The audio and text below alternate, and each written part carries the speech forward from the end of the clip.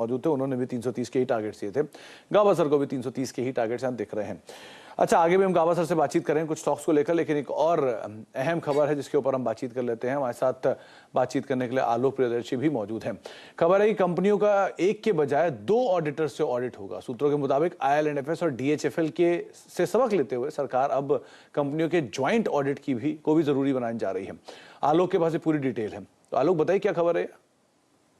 देखिए, जो public interest या फिर आम निवेशकों के हितों को ध्यान में रखते हुए सरकार जो ऑडिट के नियम है कंपनी के, उनमें बड़ा बदलाव करने जा रही है। CNBC आवाज को सूत्रों से जानकारी मिली है कि सरकार जो कंपनीज एक्ट के तहत स्टैट्यूटरी ऑडिट होता है, उसमें अब किसी भी कंपनी को एक के बजाय 2 ऑडिटर्स की नियुक्ति करनी होगी और दोनों ऑडिटर्स मिलकर कंपनीज के तमाम जो फाइनेंशियल डॉक्यूमेंट्स होते हैं, बही खाते होते हैं, उनकी ऑडिट करेंगे। इसके पीछे सरकार का मकसद यह है कि इससे जो IL&FS या DHFL में जिस तरह की लापरवाही, नेग्लिजेंस या फिर ओमिशन और कमीशन की चीजें देखने में आई, वैसी दोबारा ना हो और एक ऑडिटर दूसरे ऑडिटर के कामकाज पर नजर भी रख सकेगा। तो इस तरह से एक क्रॉस चेक होने की पूरी गुंजाइश होगी। इसके अलावा जो दूसरा बड़ा सख्त नियम इस कंप्लायंस को लेकर आ रहा है, उसमें यह है कि कोई भी ऑडिटर जो अपॉइंट होगा कंपनी के ऑडिटिंग के लिए, वो नॉन ऑडिट सर्विसेज जैसे कि HR सर्विसेज होती हैं, पेरोल से जुड़ी सर्विसेज होती हैं, या फिर लीगल या एडवाइजरी सर्विसेज होती है, ऐसी सर्विसेज नहीं दे पाएगा। जो बिग 4 ऑडिटर्स हैं,